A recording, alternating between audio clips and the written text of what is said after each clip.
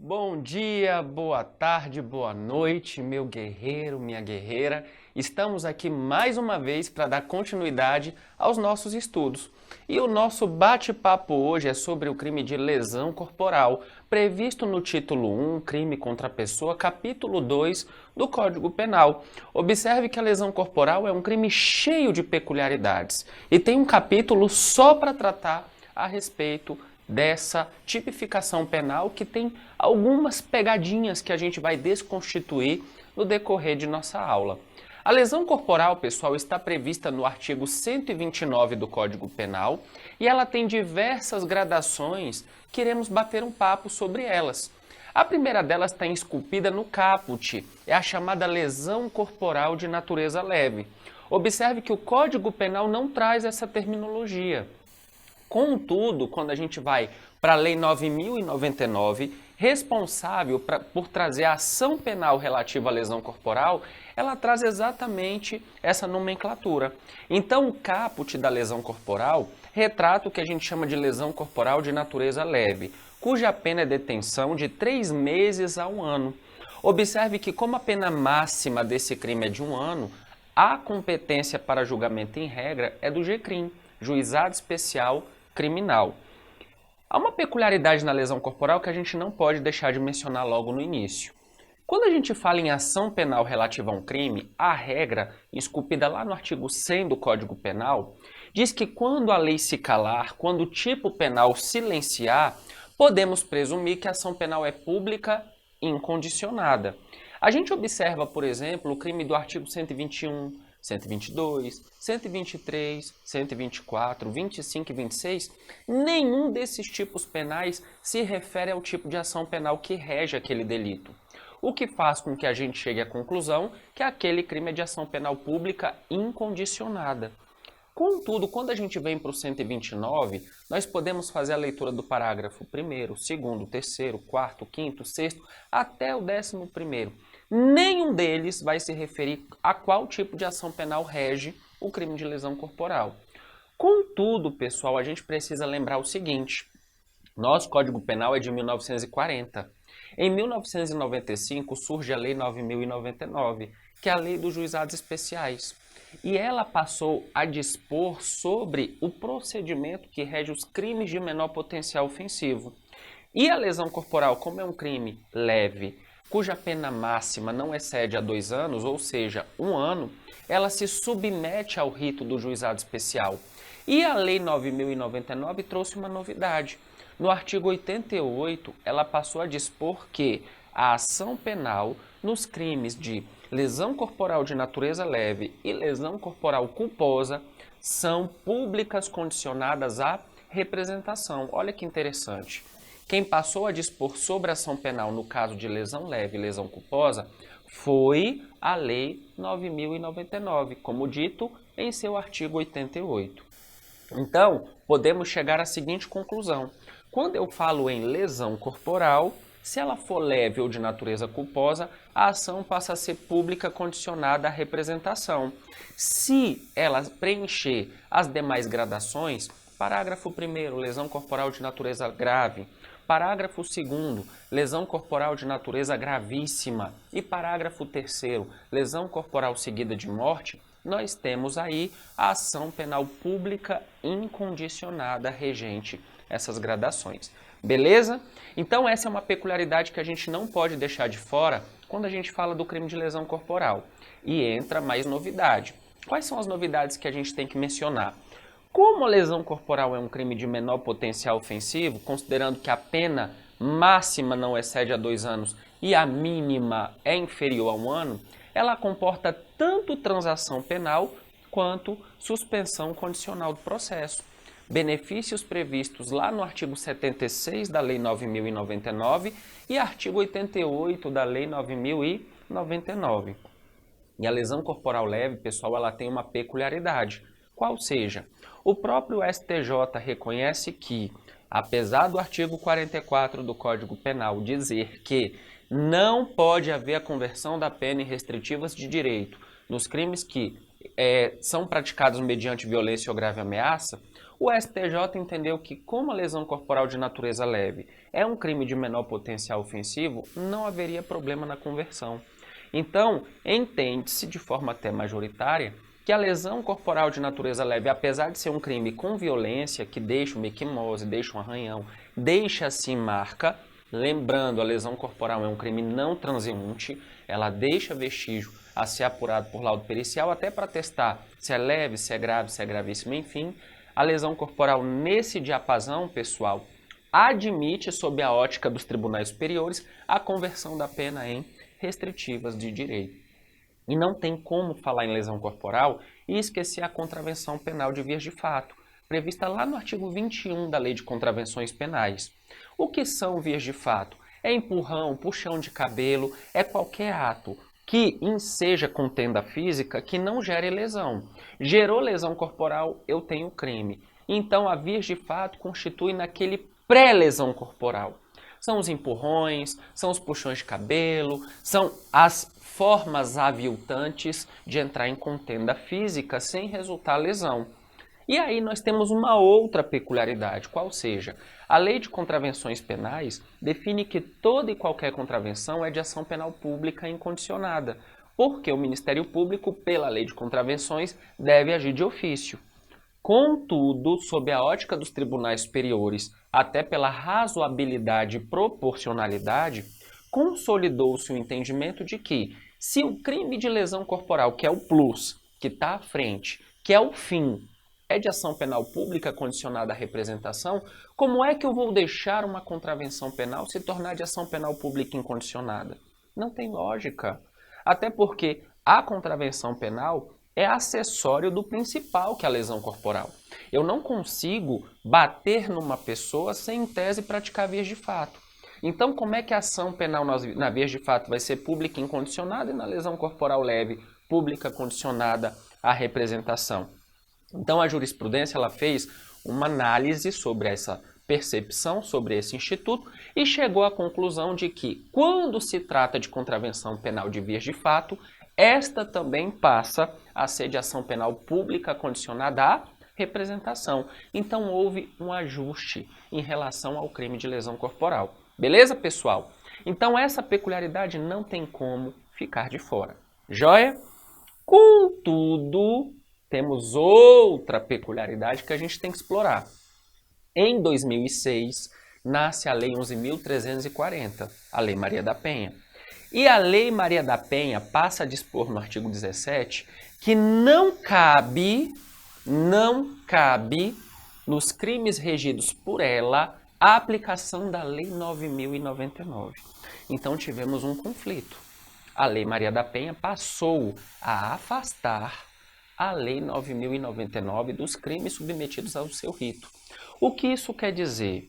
Que quando há lesão corporal de natureza leve, de natureza culposa ou contravenção penal em face de mulher em situação de violência doméstica e familiar, nos termos da Maria da Penha, não há que se falar em ação penal pública condicionada à representação, não há que se falar em transação penal, não há que se falar em suspensão condicional do processo.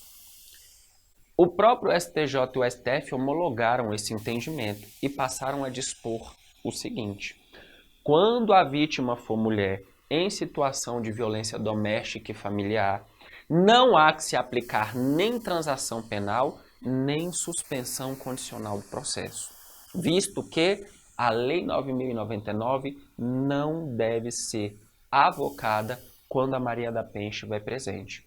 E o próprio STJ também sumulou a matéria, dizendo que em caso de lesão corporal de natureza leve e lesão corporal de natureza culposa, em se tratando de Maria da Penha, a ação se torna pública incondicionada. Por que o STJ editou esse entendimento? Porque ele deixou muito claro que ele está afastando a aplicação da Lei 9.099 no que tange aos crimes de lesão corporal contra a mulher em situação de violência doméstica e familiar. Então, observem, pessoal, que aqui nós temos uma peculiaridade muito específica. Nós temos, além do princípio da lei especial, que deve ser aplicada em detrimento de uma lei geral, nós temos ainda o princípio da temporalidade. Como a Lei Maria da Penha vem em 2006 e é uma lei muito específica para tratar das relações de violência doméstica e familiar contra a mulher, ela afasta tanto a Lei 9.099 quanto o Código Penal em algumas perspectivas que a gente vai comentar agora. Então, o que é importante lembrar? Anota no seu caderninho. Súmula 536 e 542 do STJ e a relação delas com o crime de lesão corporal. A primeira delas, não há que se falar nem transação penal, nem suspensão condicional do processo quando a gente estiver falando de Maria da Penha e lesão corporal ou qualquer outro crime de competência do juizado especial. Beleza? Qualquer crime que, em tese, seria de competência do juizado. Por quê? Se a vítima for mulher em situação de violência doméstica e familiar, a competência deixa de ser do juizado e passa a ser do juizado de violência doméstica e familiar contra a mulher. Afasta-se a competência do juizado especial criminal. E afastando-se a competência do juizado especial criminal, todos os institutos da Lei 9.099 são afastados juntamente. E a 542, que se refere à ação penal. Como a ação penal pública condicionada à representação da lesão leve e da culposa estão no artigo 88 da Lei 9.099 e o STJ afastou a 9.099, então a ação passa a ser pública e incondicionada. Porque quando eu vou para o Código Penal, ele não diz qual é o tipo de ação. Então eu volto a seguir a regra esculpida no artigo 100 caput do Código Penal. Joia? E aí você me pergunta, Anderson, posso afirmar então que todo crime regido sob a luz da Maria da Penha é de ação penal pública incondicionada? De jeito nenhum. De jeito nenhum. Quando a gente, por exemplo, vai para o crime de ameaça lá no Código Penal, no artigo 147, o parágrafo único é claro. Esse crime só se procede mediante representação. O que isso quer dizer? A mulher vítima de ameaça em situação de violência doméstica e familiar contra a mulher, ela tem que representar. Senão, o Ministério Público não tem capacidade para denunciar. Perde-se uma condição de procedibilidade da ação. E aí, a gente entra numa peculiaridade da Maria da Penha em relação ao crime de ameaça. Qual seja, não só ameaça, qualquer crime de ação penal pública condicionada à representação. Qual seja, no Código Penal, no artigo 25, o indivíduo, ele representa e ele pode se retratar da representação até o oferecimento da denúncia. Representei contra uma pessoa que me ameaçou, por exemplo, eu tenho até o oferecimento da denúncia para ir lá e falar, não quero mais. E retirar a representação, ou seja, me retratar da representação. Quando eu falo da Lei Maria da Penha, isso não ocorre. Na Lei Maria da Penha, a mulher pode se retratar da representação? Pode, mas o procedimento é diferente. Primeiro que não é até o oferecimento da denúncia, e sim até o recebimento da denúncia. Segundo, que a mulher, para retirar a representação, não é tão simples quanto no rito comum. Na questão que envolve violência doméstica e familiar contra a mulher, ela faz o pedido, é designada uma audiência específica para isso, com a presença do Ministério Público, em que ela vai justificar o porquê ela está retirando a representação. Mas o que eu quero que vocês saibam é que não é porque o crime é de competência do juizado de violência doméstica e familiar, não é porque o crime envolve a Maria da Penha, que a ação automaticamente fica pública e incondicionada, não. Essa é uma peculiaridade que recai sobre a lesão corporal, porque a ação da lesão corporal está prevista na Lei 9.099. No Código Penal, as demais ações se mantêm intocáveis. Por exemplo, uma mulher que é vítima de crime contra a honra em situação de violência doméstica e familiar. Em regra, a ação penal é privada. Ela tem que contratar um advogado para ingressar com uma queixa-crime, nos termos do artigo 145 do Código Penal. Então, observem que a lesão corporal foi altamente modificada por conta da Maria da Penha. Mas os demais crimes em si não sofreram tanto esse abalo. Sofreram no que tange aos benefícios processuais, como transação penal e suspensão condicional do processo, que estão na 9.099 e a súmula 536 ela afastou a 9.099. Então, em regra, ainda que um crime seja, em tese, de menor potencial ofensivo, se ele é praticado contra a mulher em situação de violência doméstica e familiar, os tribunais superiores não entendem pela aplicação da 9.099. Beleza, pessoal? Então essa é a primeira observação a ser feita em relação à Lei Maria da Penha. Lembrando que quando a lesão acontece em relação à mulher, esposa, companheira, companheiro, irmão, cônjuge, qualquer pessoa que tenha vínculo doméstico e familiar, eu não aplico o caput, eu aplico o parágrafo 9º, cuja pena é detenção de 3 meses a 3 anos. Tá? Então, observe que, por si só, aqui nesta circunstância, eu já tenho uma peculiaridade cuja pena é maior. Então, em tese, eu já sairia do âmbito do juizado especial e já iria para o âmbito da vara criminal. Mas a ação continua pública condicionada à representação, a não ser que a vítima seja mulher, em situação de violência doméstica e familiar contra a mulher. Beleza? Então, essas são as primeiras peculiaridades do crime de lesão corporal. Existem outras que a gente vai conversar agora no decorrer da nossa aula. Então, vem comigo. Então, lesão corporal, artigo 129, ofender a integridade corporal ou a saúde de outrem. Pena, detenção de 3 meses a 1 ano. Observe que a lesão corporal não é só bater, não é só dar um soco, mas também ofender a saúde. Você dá um laxante, você dá um remédio para a pessoa ter dor de cabeça, você dá qualquer tipo de substância que faça a pessoa ficar tonta e que faça ela ficar doente. Isso também constitui o crime de lesão corporal. O objeto jurídico aí é a integridade física, né? É a saúde do indivíduo. Então, não é só arranhão, não é só equimose, não é só quebrar um dente, quebrar um dedo, dar um soco que vai constituir a lesão corporal. Mas, de forma insidiosa, ministrar ali alguma substância na comida da pessoa para deixá-la com dor de cabeça, para que ela tenha diarreia, para que ela vomite, isso também constitui o crime de lesão corporal. Lembrando que a lesão corporal é um crime não transeunte, é necessário laudo pericial até para testar a gradação do crime, se a lesão é leve, se ela é grave, gravíssima ou seguida de morte. Beleza? Então, vamos continuando. Então, além do caput na lesão corporal, nós temos o parágrafo 1º, que traz a chamada lesão corporal de natureza grave. Aqui a pena é um pouco mais pesada. Nós temos reclusão de 1 a 5 anos. E quando que a lesão vai ser grave, Anderson? O parágrafo 1º traz um rol, pessoal, dizendo, por exemplo, no inciso 1, quando há incapacidade para as ocupações habituais por mais de 30 dias. Então a pessoa está acostumada ali a fazer a sua academia, ela está acostumada a correr, ela está acostumada a nadar. Se aquela lesão impossibilita ela de praticar essas atividades habituais é hábito. Aqui eu não estou falando de capacidade laborativa, eu estou falando de capacidade para as atividades habituais. A pessoa tem um hábito de praticar aquela conduta. Se ela fica afastada por mais de 30 dias e o laudo comprova isso, nós temos aqui uma lesão corporal de natureza grave. Beleza? Além do inciso 1, vamos para o 2. Então, inciso 1, atividades habituais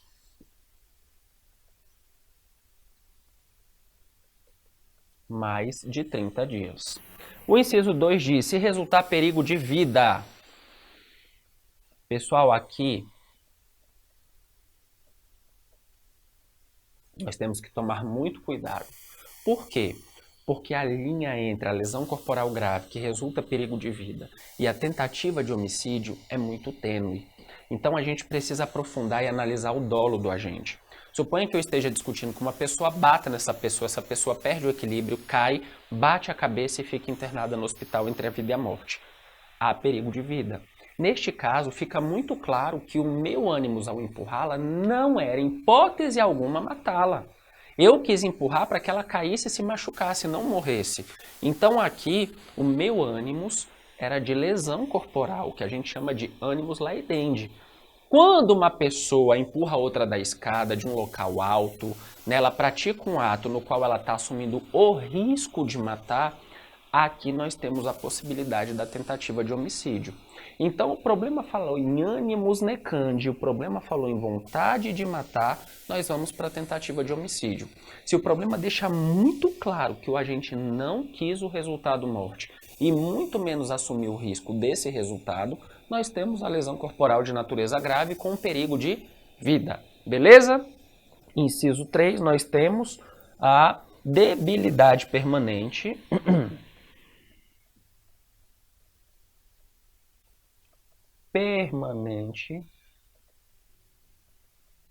de membro, sentido ou função. Aqui nós temos, pessoal, aqui 1, 2, 3. Debilidade permanente. A pessoa bateu na outra e essa conduta de ter agredido a vítima deixou a vítima com o braço atrofiado. O braço ainda mexe, o braço ainda pratica algumas funções, algumas atividades, mas ele perdeu a sua mobilidade integral. Então, bateu na pessoa e ela perdeu parcialmente a visão de um olho. Ela perdeu parcialmente a audição. E essa perda é irreversível, ela é permanente. Aqui nós temos uma lesão grave. A gente vai estudar o parágrafo 2º que traz a perda do membro, sentido ou função. Aqui nós temos a lesão gravíssima. Então, se a pessoa fica parcialmente surda de um ouvido, mas ela ouve do outro, percebe-se que a audição dela ficou debilitada, mas ela não perdeu. Agora, se a pessoa efetivamente fica surda, ela perde aquele sentido, a lesão deixa de ser grave e passa a ser gravíssima, cuja pena é reclusão de 2 a 8 anos, conforme o parágrafo 2º do artigo 129. Joia? Então, a debilidade, ela traz uma consequência, mas não gera perda. A pessoa ainda ouve, a pessoa ainda enxerga, a pessoa ainda anda, a pessoa ainda mexe os braços, mas de forma limitada. Agora, se ela deixa de ouvir, deixa de enxergar, deixa de conseguir mexer as mãos, o braço, a perna, a lesão passa a ser de natureza gravíssima nos termos do parágrafo 2º. Beleza? E vamos para o inciso 4. Inciso 4, nós temos a aceleração.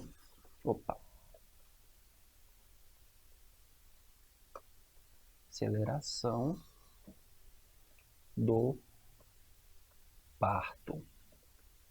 Aqui, pessoal, nós batemos um papo ontem sobre o crime de aborto. E o aborto, ele tem como consequência contra a gestante a aceleração do parto, que vai resultar em relação a ela lesão corporal de natureza grave. Isso se o feto, claro, nascer vivo. Se ele nascer morto, se houver o aborto, nós temos a lesão gravíssima em decorrência da existência do aborto. Então aqui, quando uma mulher está grávida e o agente tem que ter conhecimento desta condição e agride a vítima e o bebê nasce vivo, nós temos aqui lesão corporal grave contra a gestante e grave por quê? Porque houve aceleração do parto. Se houver a morte do feto, ou seja, houver o aborto, a lesão se torna gravíssima em relação à gestante. E nada impede que o agente responda em concurso de crimes em relação ao feto. Então, bateu numa mulher grávida, acelerou o parto. Quanto a ela, qual o crime? Lesão corporal de natureza grave em concurso com tentativa de aborto em relação ao feto. Bateu numa mulher grávida, ela perdeu o bebê. Quanto à gestante, lesão corporal gravíssima com resultado aborto em concurso com o crime de aborto consumado em relação ao feto. Nesses casos, em ambos, a competência para julgamento passa a ser do tribunal do júri, considerando que há um dos crimes dolosos contra a vida em conexão com o outro, tá? Sempre que houver um crime doloso contra a vida e houver algum outro conexo a ele, o júri avoca. A competência do júri é constitucional, então ela puxa por atração todo e qualquer crime que aconteça juntamente com os dolosos contra a vida. Já, pessoal, vamos ali beber uma água e a gente volta para finalizar aí o nosso tema lesão corporal. Até já!